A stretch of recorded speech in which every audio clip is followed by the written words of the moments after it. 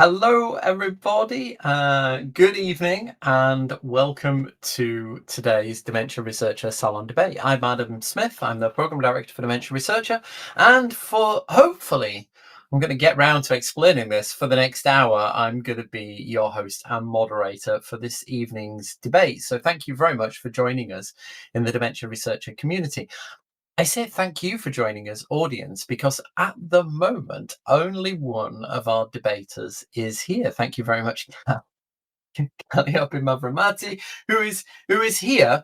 Unfortunately, our other debater may have assumed that I'm sure that because you're all in the community, you'll know that we had a bit of a last minute emergency today with this debate, and one of our debaters unfortunately had a bit of an emergency and was unable to debate. So after a frantic few hours of messaging and email and chasing around, Callie has very kindly agreed to step up, having obviously lots of opinions on this already, I'm sure, to replace our missing speaker. But our speaker who wasn't missing isn't here as we stand now. Whether she thought we were cancelled, I don't know. I've just sent off some frantic emails to chase up, and hopefully will join. I will carry on with my introduction for now, hoping that she joins. And if she doesn't, we will skip having a moderator and I will take the opposing view. I guess we could do that. I'm Unless sure we can.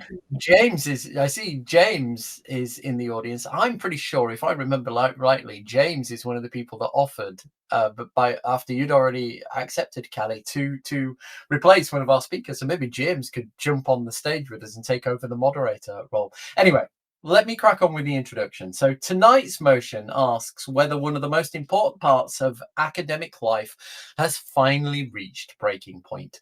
And the motion is that this House believes that the peer review system is beyond reform and should be completely scrapped. Peer review, as we all know, has long been the cornerstone of how we assess, fund, and publish research. But is it still fit for purpose? Some argue it maintains quality and rigor, while others see it as biased, outdated, and obstructive to innovation. Should we fix it, or is it time to start again or replace it with something completely new? Speaking for the motion this evening, we have Kalliopi Mavromati, who I didn't check the pronunciation of her name in advance, so I probably very good. Who is a research assistant at the University of Glasgow. Their work focuses on improving patient-reported outcome measures for stroke survivors. I don't know, you'll have to correct me if this is wrong. And studying early processes linked to Alzheimer's disease. With a background in psychology and neuroscience and statistics, they aim to strengthen research practice and enhance understanding of the earliest stages of disease. Does that sound about right, Kelly? Oh, that's lovely. Thank you so much for the introduction, Adam. That's absolutely perfect. And you said my name perfectly. Wonderful. Now, speaking against the motion, you've either got me. I'm Adam Smith. As we know, I'm the Program Director for Dementia Research, and my background is in healthcare service improvement, and I've been at UCL for 15 years now. I've done various things over that time, all to do with research infrastructure. I created Joint Dementia Research, the Enabling Research in Care Homes program, and for the last 5 or 6 years, I've been focused on research culture and work to better support early career researchers with very generous funding from the NIHR Race Against Dementia, Alzheimer's Association, Alzheimer's Research UK, and Alzheimer's Society. If they turn up, the alternative speaker against the motion is Evelina Violante, who is an Alzheimer's Society Research Fellow at the University of Plymouth. Her research investigates the cell biology of neurodegeneration with a focus on selective autophagy and neurons maintaining health by maintaining protein aggregates. She completed her PhD in 2023 and has received funding from Alzheimer's Society and the Motor Neuron Disease Association. Hopefully, Evelina will join. But thank you all for being here. For those who haven't joined before, let me just explain the format. Our two speakers have 10 minutes to state their case at the start as to why this motion should and shouldn't be passed. And then we will have a chance for rebuttal, a chance for some audience questions, and we'll have a little bit of discussion. And to start with, we always poll you to check what your views are at the start of this debate, and then we'll poll you again at the very end to ask how your opinions are at the end and see whether that has shifted at all. So if you haven't already noticed, in the chat is a link to the poll that also went out in the reminder email.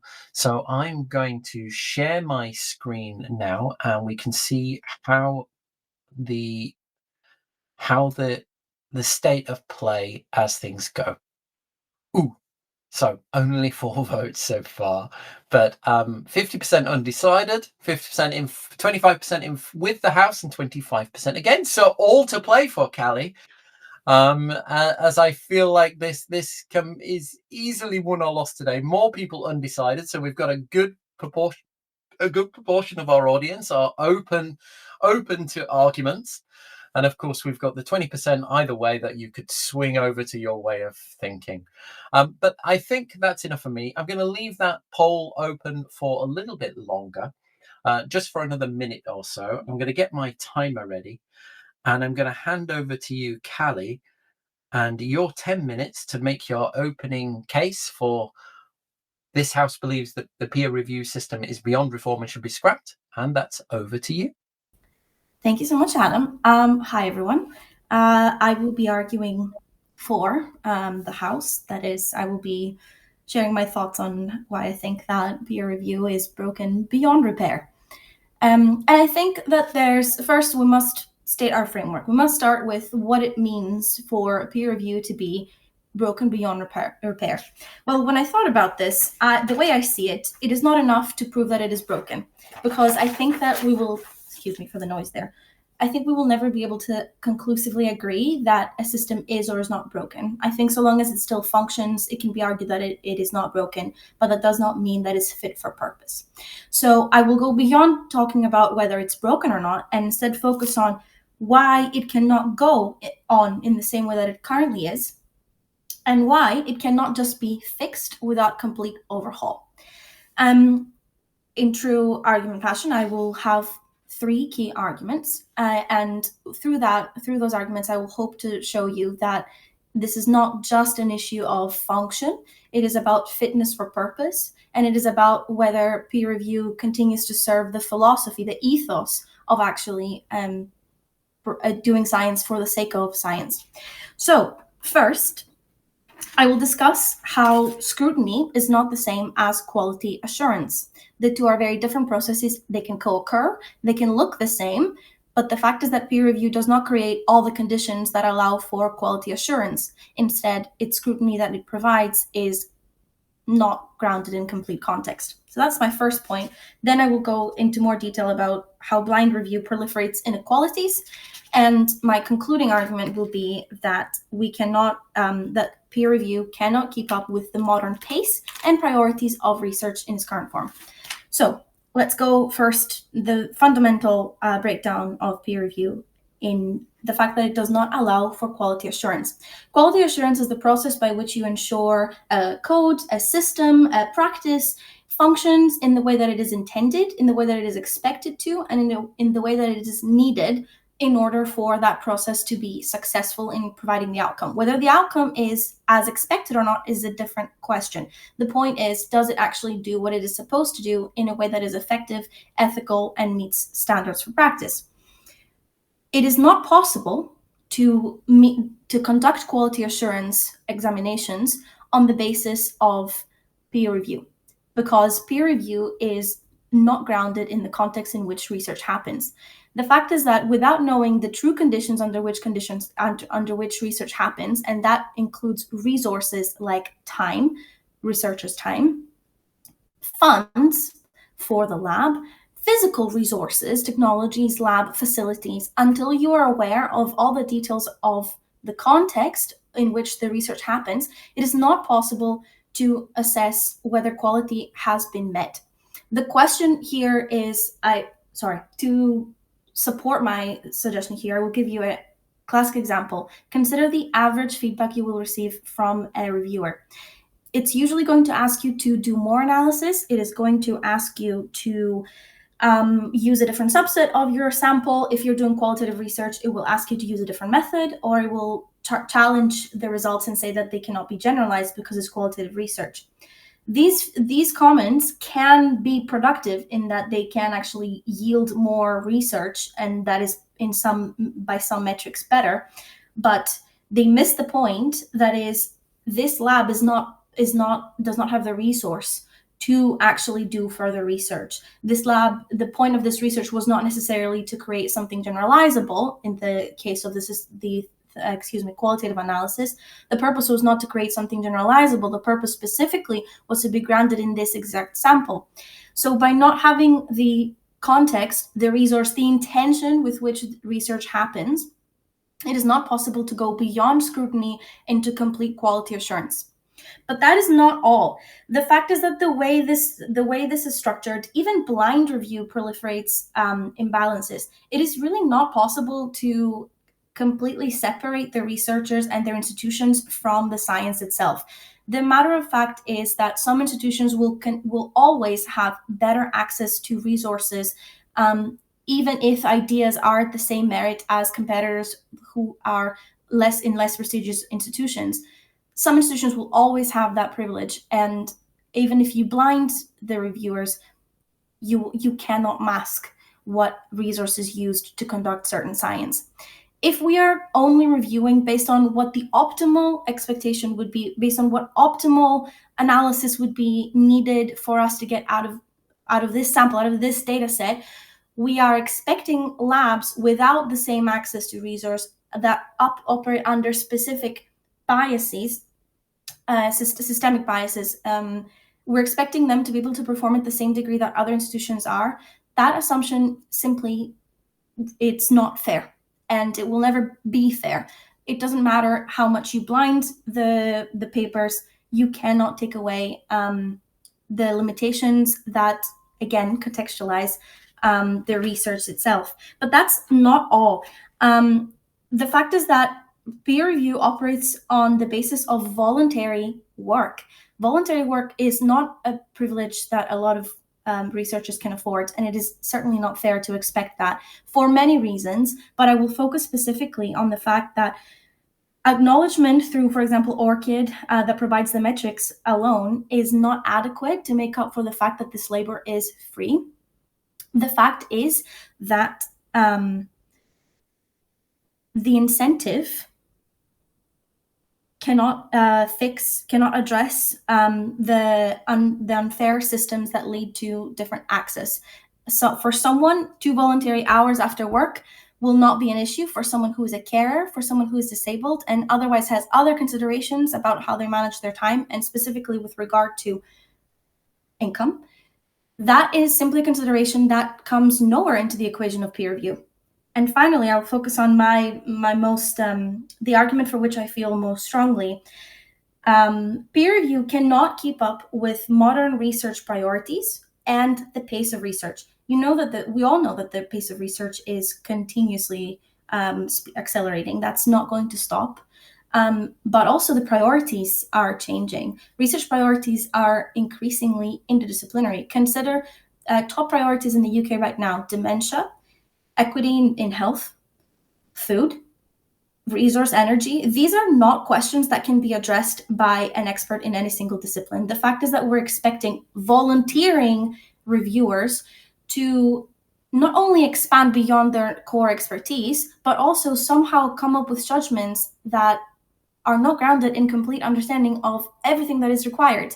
And for this, I give you an example of a dementia research project with a secondary analytical data set. It's not enough to get a reviewer that knows statistics to scrutinize the statistics of the paper. It's not enough to have to look into whether all of those values and all of the inferences reached make sense based on the analysis, because the statistician will not have the biological context that is necessary to interpret whether the biomarkers used, for example, in the first place are actually meaningful and fit for purpose prior to ever examining the structure of the model used and whether the conclusion drawn from the model is enough. The fact is that by relying on peer reviewers who are experts in their fields and expecting them to evaluate evidence that crosses disciplinary boundaries, and we know that that is a requirement for many of the most important research questions of our time, that is not a realistic expectation, and that is something that fundamentally cannot be addressed by just making adjustments to the mechanism of peer review. I see my time is running out, so I will focus on closing up here. I've got a wee note that I wanted to pull up. The problem goes well beyond function. It is about philosophy. The point is that peer review is antithetical to science, because also it takes away focus from doing science for the purpose of doing science well, and instead performative actions that tick boxes, which is certainly not the same as creating space for collaboration and knowledge exchange in a way that is fit for purpose and necessary for the growing research priorities of our world.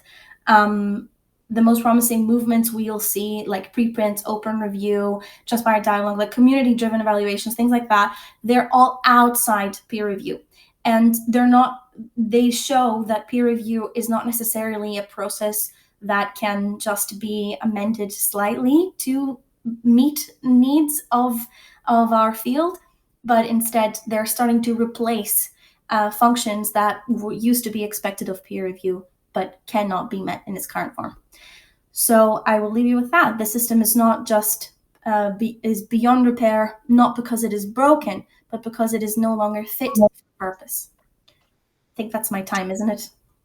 No, that's perfect. You exactly 10 minutes or 10 minutes 20 seconds. I think we can give you the extra 20 seconds there. Okay.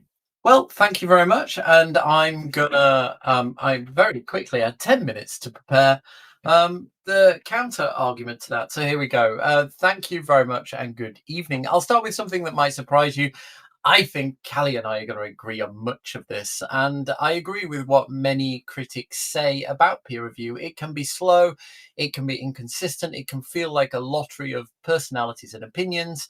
I've known researchers who've waited months for comments only to get them back and then be vague and contradictory. I've seen excellent grant proposals rejected for reasons that felt arbitrary. But there's one thing. None of this means that peer review is beyond repair. It means it needs fixing. And that's a very different argument. If we scrapped peer review tomorrow, we wouldn't magically remove the bias, delay, or remove the subjectivity. We just move it somewhere else in the system. The question is whether peer review has its flaws, but whether the system could realistically do better. And let's remember why peer review exists. Peer review wasn't intended to make researchers suffer through endless revisions.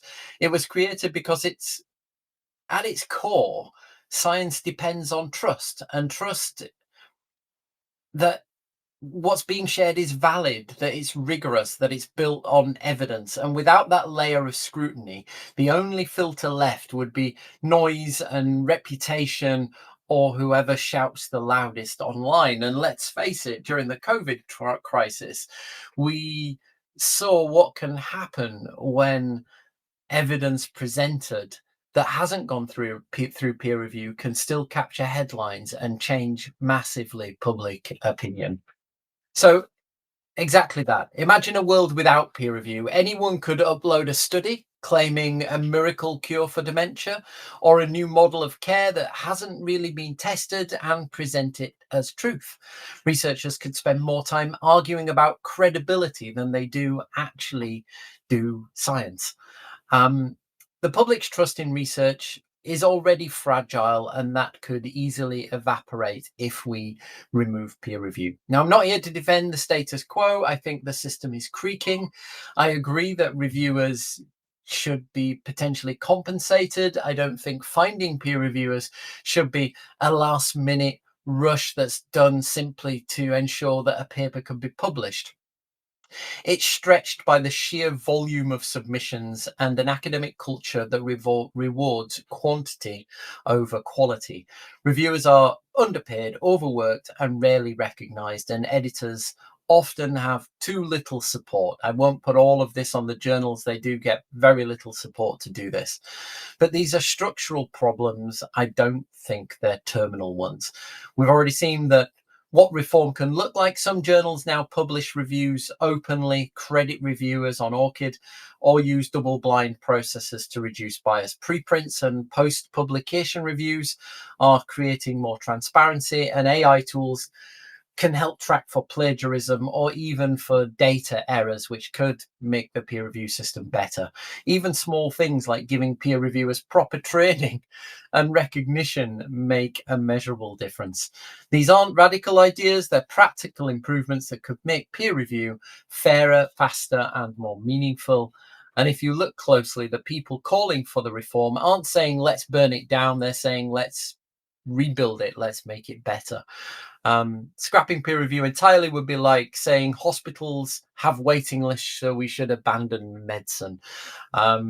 Or that exams are too imperfect, so we should stop testing knowledge. I think we also have to think about the ripple effects, careers, funding decisions, promotions. They all rely on some form of peer judgment.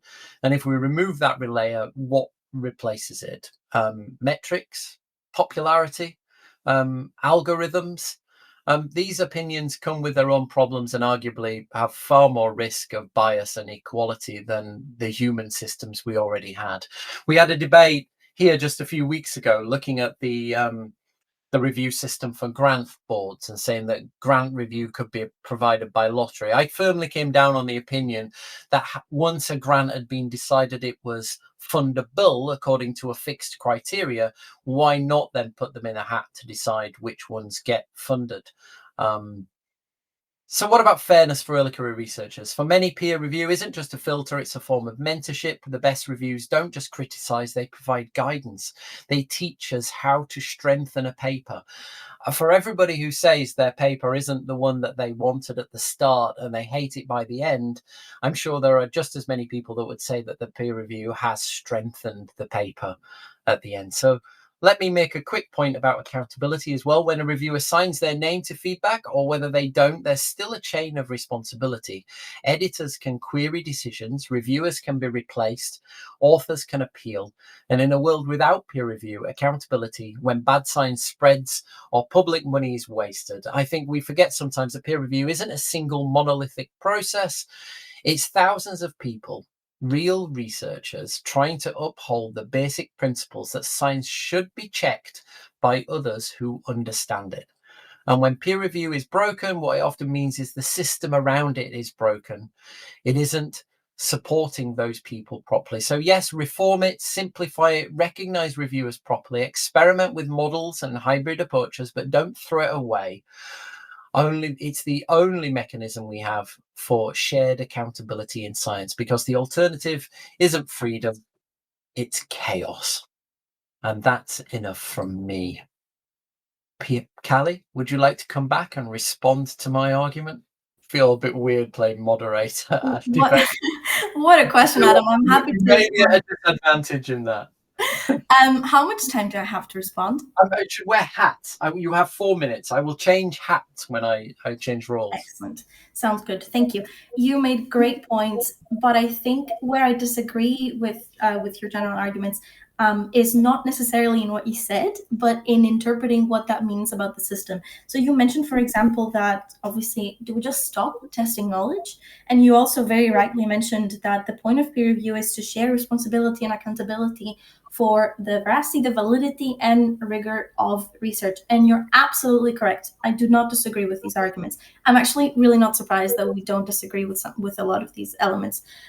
But I do disagree that means that it is not broken beyond repair. The fact is that if it was as simple as adding fixes to improve the way peer review works, that would have already happened. In fact, we have seen a lot of these ways to improve incentives and provide recognition, like through ORCID, for example, while still keeping blind review. We have been seeing these happen for decades, and yet the issues persist.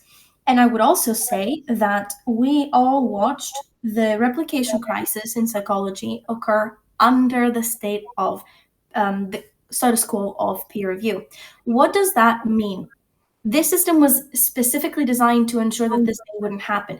But the replication crisis, where we had so many studies that were peer-reviewed, published, and then nobody else could actually replicate them, this tells us that the point of peer review, the way it operates and the way it is structured, is performative. I mentioned this and I touched on it briefly, and that's what I mean when I say that sometimes peer review can seem to be antithetical to the ethos of science.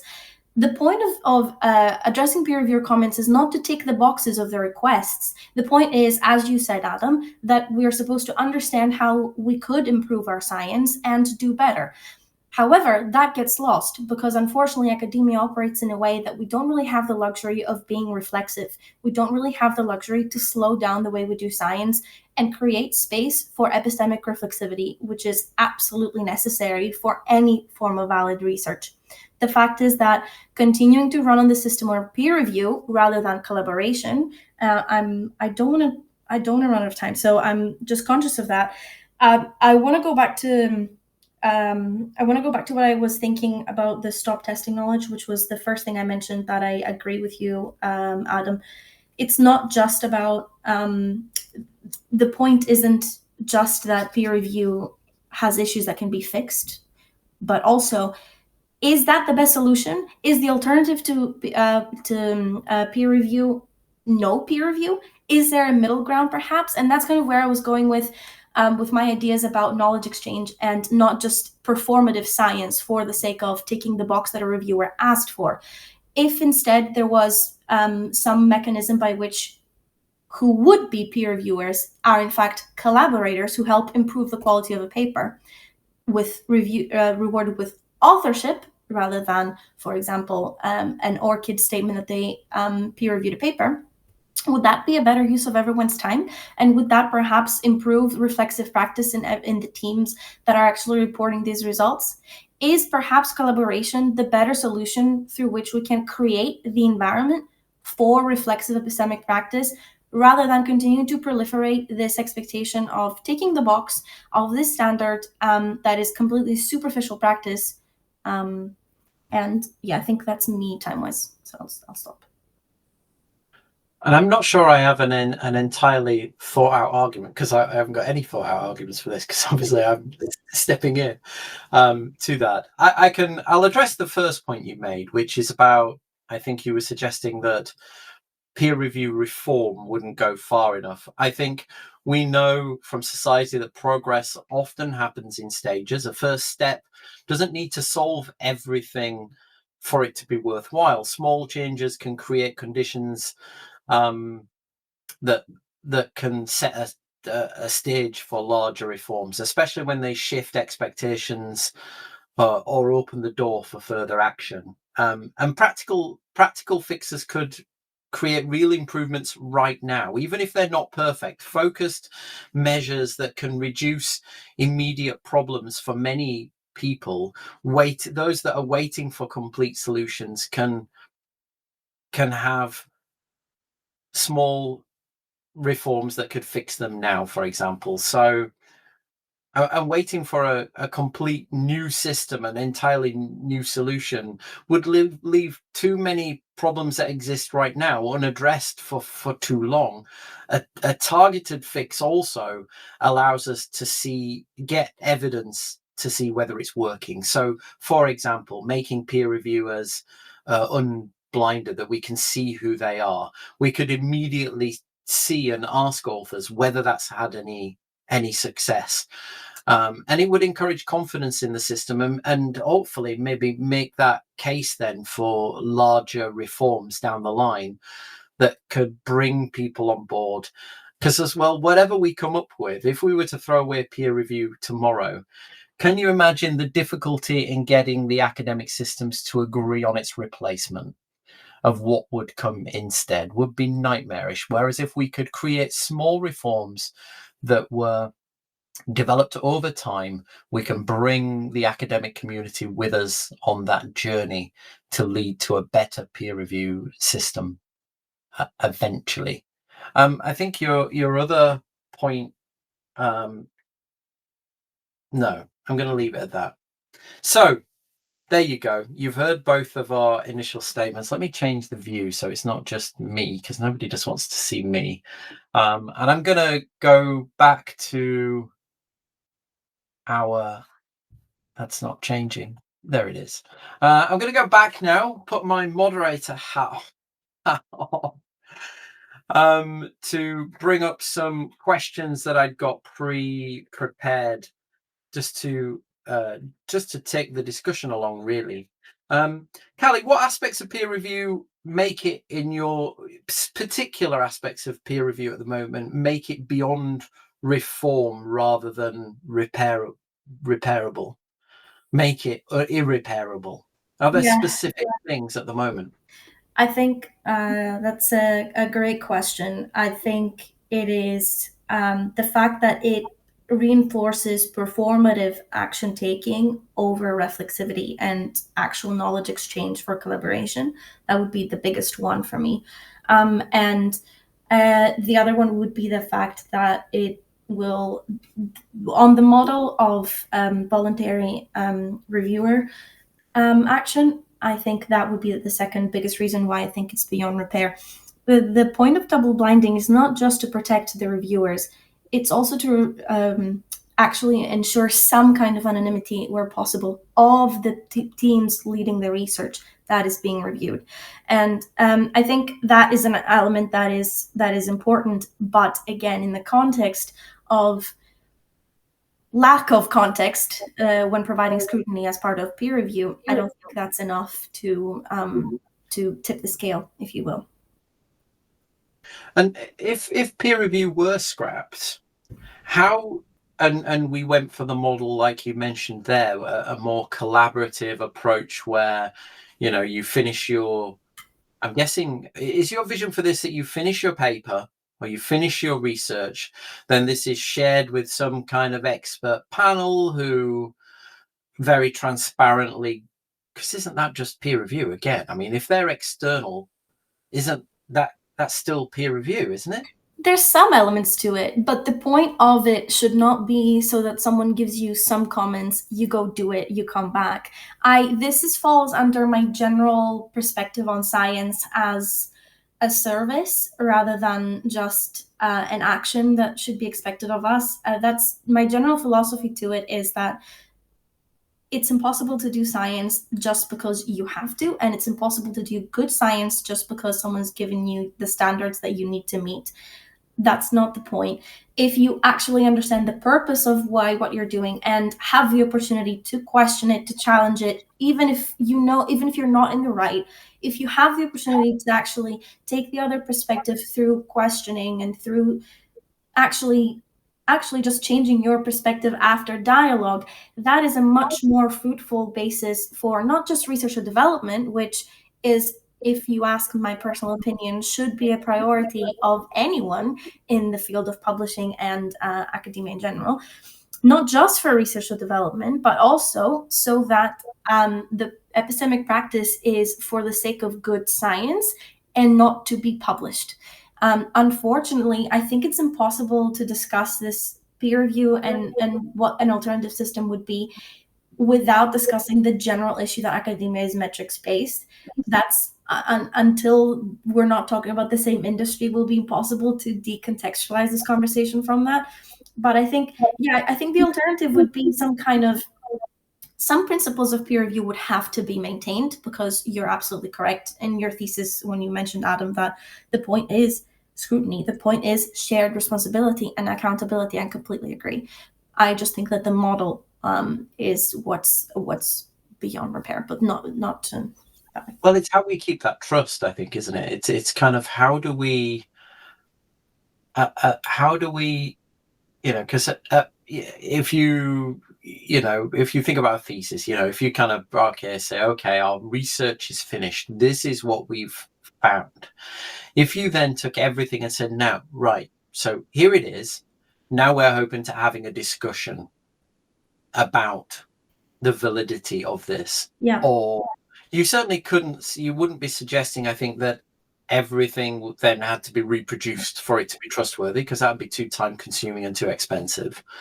But you want an open discussion. I think the for me, arguing the other side of this, the issue with that is that I think really runs the risk that it does end up being whoever shouts the loudest, or, let's face it, let's pick on something like the amyloid hypothesis that's being argued against, and you'd have lots of people suddenly saying this is rubbish, this would be great, and nobody would ever agree. And where does that leave the public? Where does that leave everybody going, well, a bunch of these really great experts agreed, a bunch of these really great experts disagreed.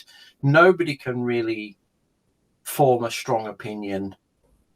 And so things are left. I think the risk is that things are outlined, and we reduce trust that people have. And isn't it a good thing that not everybody necessarily agrees with the peer review? I mean, when I've certainly had some harsh comments going, well, this study was rubbish.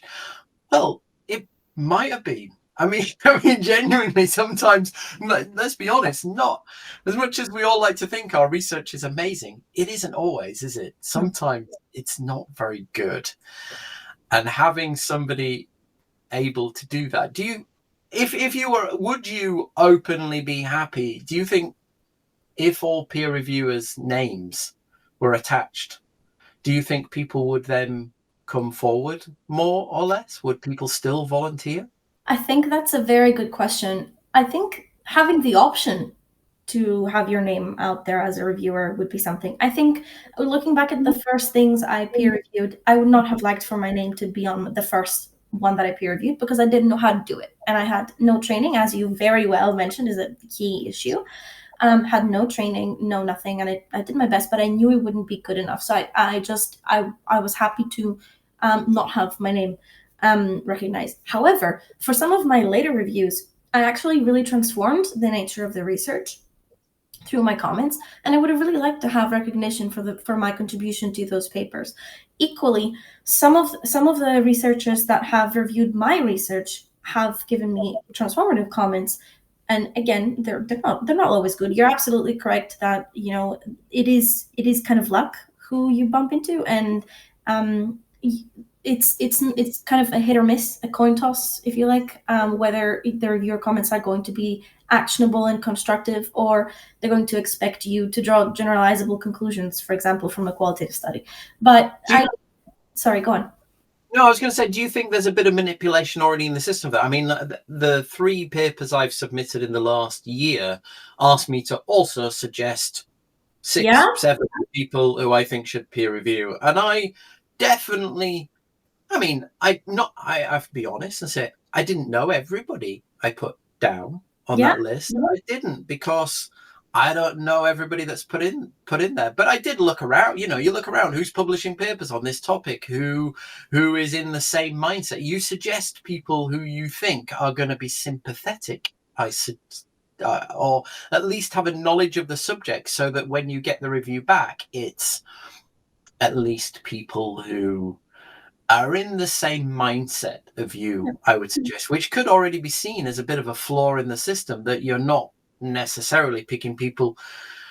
I would be very surprised if anybody put a name as a suggested peer reviewer who they absolutely don't like, or who knows has very different opinions to them.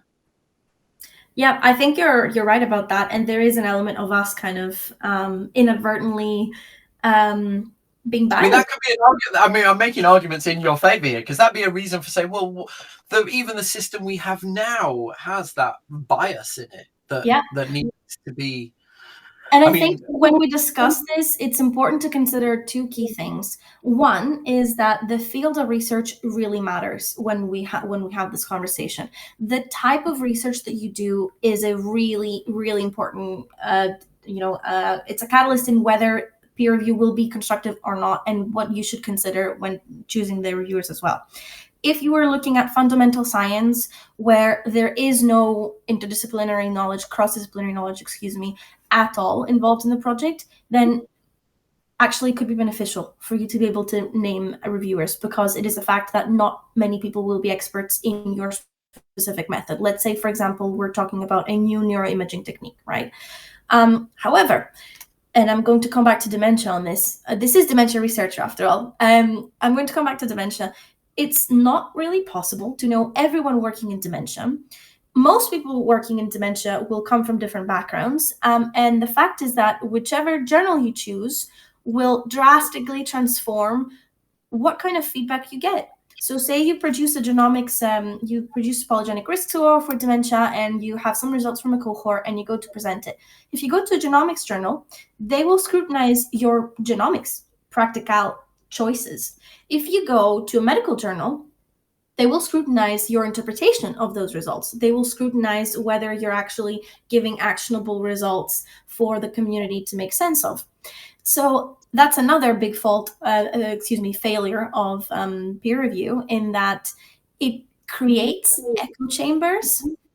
And in some fields it is necessary. As I said, for example, if we're looking at fundamental science, if we're looking at specific methods and modalities, it is necessary for things to be scrutinized in that specific context. But when we're looking at questions like dementia, it has to be outside those echo chambers for it to truly be scrutinized. And I want to come back to what you said earlier. You mentioned that, a targeted fix would kind of wreak You make havoc. this one quick, because I am keen to bring in the audience questions Yeah, as absolutely. well. No, but feel free to finish what you were going to say. Yeah, I was just going to say that, there are targeted fixes we could do. And I see in the comments and the questions that there are some things we can discuss as targeted fixes. But I will conclude that just because targeted fixes would wreak havoc, just because we know that too many targeted fixes or a complete overhaul would wreak havoc, that is not reason enough for us not to consider the overhaul as a potential opportunity. Sometimes you really do have to destroy to rebuild better. But I think that's a decision people will reach. Yeah, fate. I mean, the best example I have, I'm going to change my hats. The best example I have of overall and throwing a system out, I mean, let's face it, Brexit was brilliant, wasn't it? The new system we had. No, it wasn't. Right, let's bring in our audience questions. Well, some of these are just comments rather than questions. Amia says, I think the best approach is to implement something as a practical peer reviewing that could solve the issues associated with it, that would slowly and gradually fully take over peer review. I think this is how we see healthcare service improvement and other things working, where we did PDSA kind of process. Let's plan, do, study, act. Let's do small changes, see if they work. Is potentially one way. Absolutely. James asks, how can we put pressure on journals, including financially, to reform their practices? Example, paying reviewers. This would likely be done over all journals at once. Well, it's hard to, I don't know. I think wherever you stand overall on the peer review system, journalistic standards and expectations of scientific journals is a good point. I mean, I need to be careful what I say here. So let's face it, anybody can just go and set up a journal, right? And I think that doesn't mean anybody's going to want to publish in it, but even those that do want to publish in it don't necessarily they might have rigorous standards and policies that they set out. Whether they adhere to them, whether they're the ones that people really want, are a good question around that. But I think having an exacting set of standards, I mean, I'm being naive here. Do you know, Callie, do these already exist? If audience, tell me if you already know this. Maybe we need a journal editor here to say there is already rules for scientific journals that they must all adhere to, just like there are, I guess, like the Press Standards Authority or something. I don't know. Maybe if there isn't, we probably need that, some kind of scientific standards authority that regulate journals like they regulate the press. You would think that would exist, but it does not. There is no such mechanism, unfortunately. There are some measures that have been taken. For example, you will have seen, I'm sure, that there's a reporting guidelines that have been put in place to kind of try and regulate some of the comments that come from the journals and expectations. It standardizes more than it regulates. It standardizes practice more so than it does regulate. That's the closest. How do you, just directly answering this question, how can we put pressure on those journals to do better? I think until funders and academic institutions decide to make this a priority, it's not going to be possible for us to put pressure. It has to And I come don't think from that's funders. individual researchers either. It's entire institutions, isn't it? I mean, I work at UCL. If UCL put out a policy tomorrow that says we will no longer allow our researchers to publish in a certain journal, that probably, if you got your top 10, all the Russell Group universities took a stand against a certain journal and tried to make this point, they could, but they'd have to lobby together. And I don't know if they have the appetite to do that. No, there's very few things. I thought about this earlier when you were discussing something. I can't even remember which part of the conversation it was. But basically, there's very few incentives that would actually push funders and academic institutions, who are the ones we need the push from, to actually drive change in the publishing domain. That's a culture thing, isn't it? We also want our article in Lancet and Nature and things.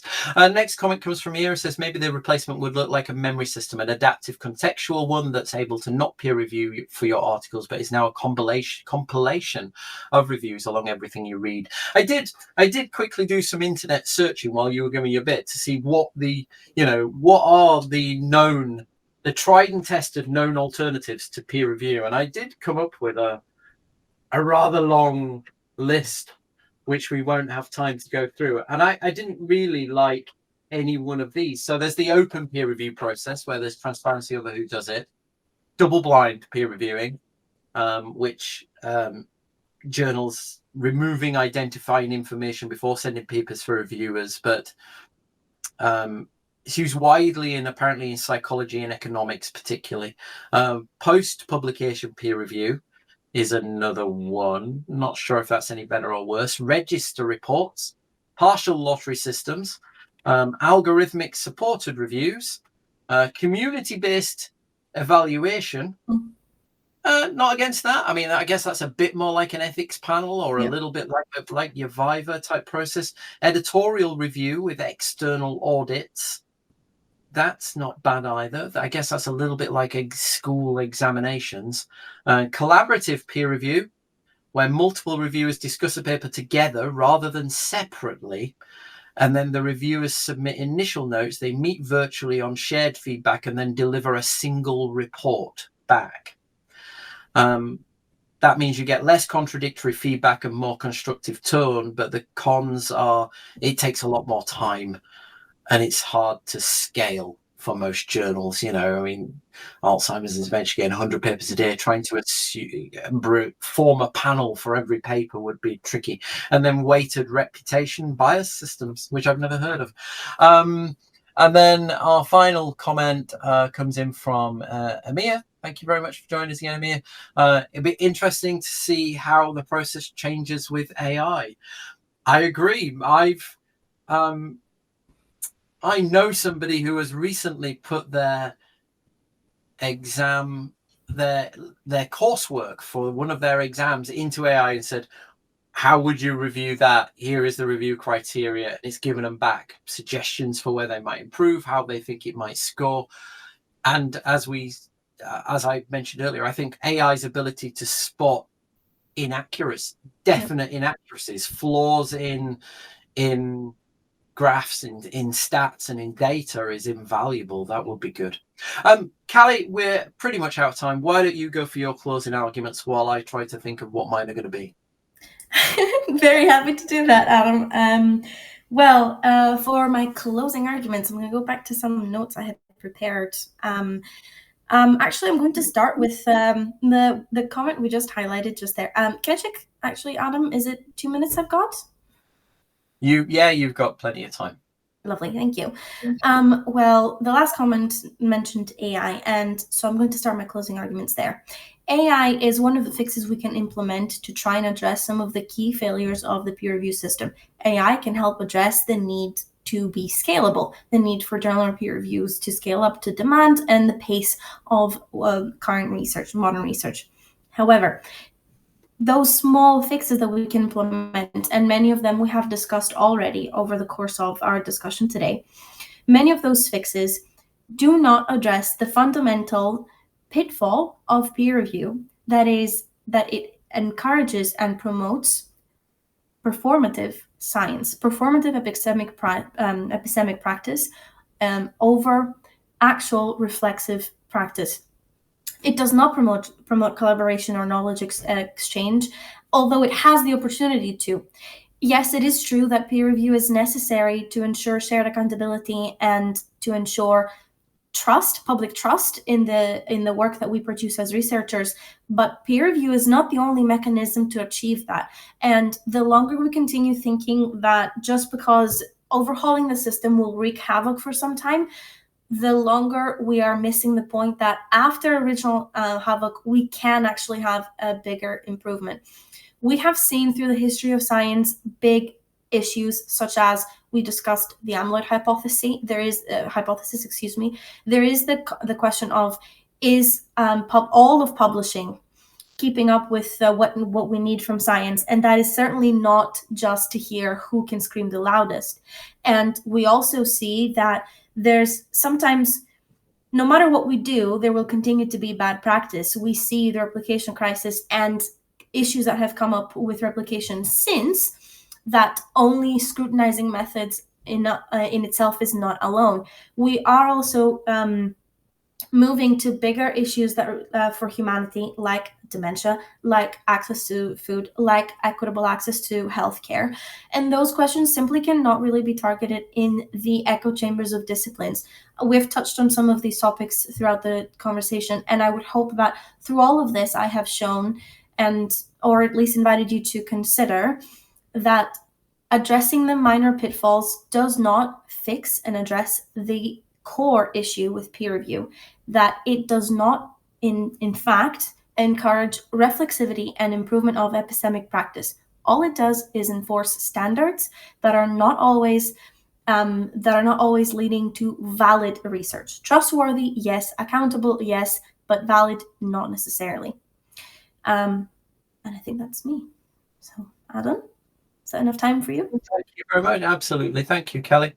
Okay, the final voting poll is open, by the way. The link is in the comments. So to conclude in this, my impromptu defense argument against this motion this evening, I think there are reasonable things I think we can fix about the peer review system that won't solve everything, but it'll move us in a better direction. And I think it creates space for future progress. Rejecting improvements because it's not perfect does risk leaving some of the real problems that we have now untouched. And until we can find a solution that I don't think anybody will ever agree on as a replacement for peer review, it's better to focus on fixing the system we have. And I think there are probably 4 simple things we could start right now to fix this. We could give better recognition for reviewers, offering them formal credit, clear acknowledgement, or a career reward in some way, so reviewing is valued rather than an invisible labor. I think we need to provide more training for reviewers to provide simple guidance and examples to help people learn how to review fairly and constructively. I think there needs to be greater transparency in the process to make the review criteria clearer and explain decisions so that authors understand how judgments are made, that cut and paste peer review comments shouldn't go straight back without editors reviewing and having dialogue back with these reviewers to reject certain comments and say, you need to give us more on this. You can't just say this is rubbish. And we've all had comments like that. And I think also for number 4, my final way to improve the system is broader and more diverse reviewer pools. I think we should scrap the suggestion that people can recommend their own reviewers, and I think we should invite reviewers from more varied backgrounds and career stages to reduce the bias. We should give publishers and editors more time in that system, and bring more people in from different backgrounds and career stages to reduce bias and to distribute that workload more fairly. And I think if we can do that, we can fix peer review. We don't need to throw the baby out with the bathwater. That's my concluding argument. Thank you very much. Come back on the screen, Callie. Don't leave me. I'm shy on No, my I'm here. I just didn't want to take away your moment. What a way to close. So, let's remind you all now. I encourage you to vote in our final poll. I'm going to just remind you that when we started today, 20% of people agreed with the motion, 20% disagreed, and 60% were undivided. We haven't had the biggest audience this evening, so it's no surprise that the number of votes right now are smaller than the votes we started, because we did get people at the start today who haven't stuck around necessarily all the way to the end, or may have voted in the opening poll, but then not necessarily participating in the end one. So let me bring up the poll now to share my screen. So this is the live voting on our closing poll. Drum roll, please. I haven't voted for myself. It won't let me. Let me go. Here we go. Where's the window? There's the window. So, as we said at the start today, we started with results that said 20% agreed, 20% disagreed, 60% were undecided.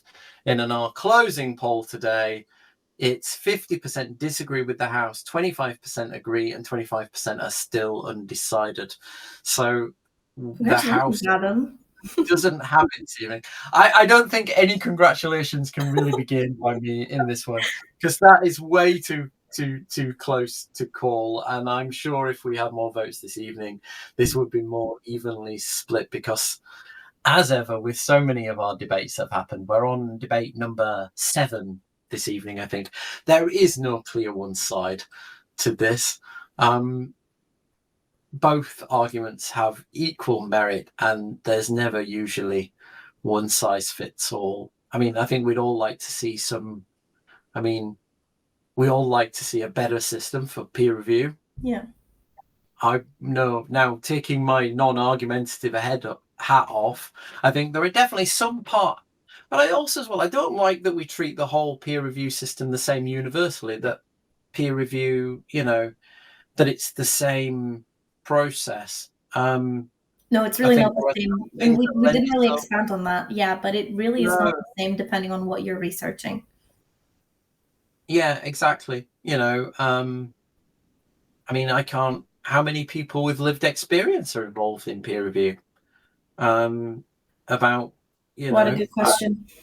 No, I don't imagine that there are many. I do also quite like the open nature of it. I think you could maybe separate out the research to say, well, the methodology could be reviewed by people who really understand methodology, but do the results, the recommendations, the results, could that be different people that peer review that? Is that still, it's still peer review though, isn't it? Ultimately, we're still talking about somebody looking at what you've done and validating and saying, yes, this is trustworthy, this is good. And in that way, yes. Yeah. Thank you very much. I'd just like to remind everybody who's still with us this evening, we will be back for our, gotta find my bit of paper now. We will be back next week in the salon, where we are going to find I've got too many pieces of paper. I'm killing trees by the masses.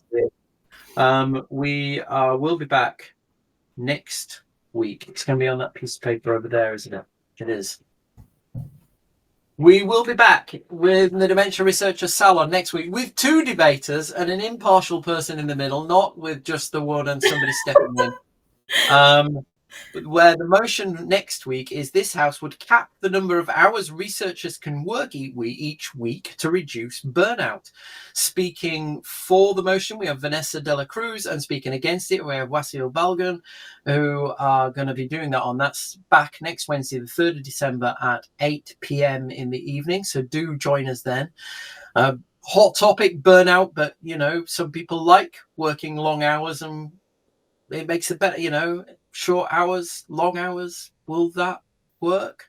We'll hear next week. And of course, this is my last chance to encourage our very special Christmas salon session, which is going to be on the 17th of December at 12 o'clock lunchtime, when we've got 4 people debating this time to ask the question, would Santa Claus make a good PI?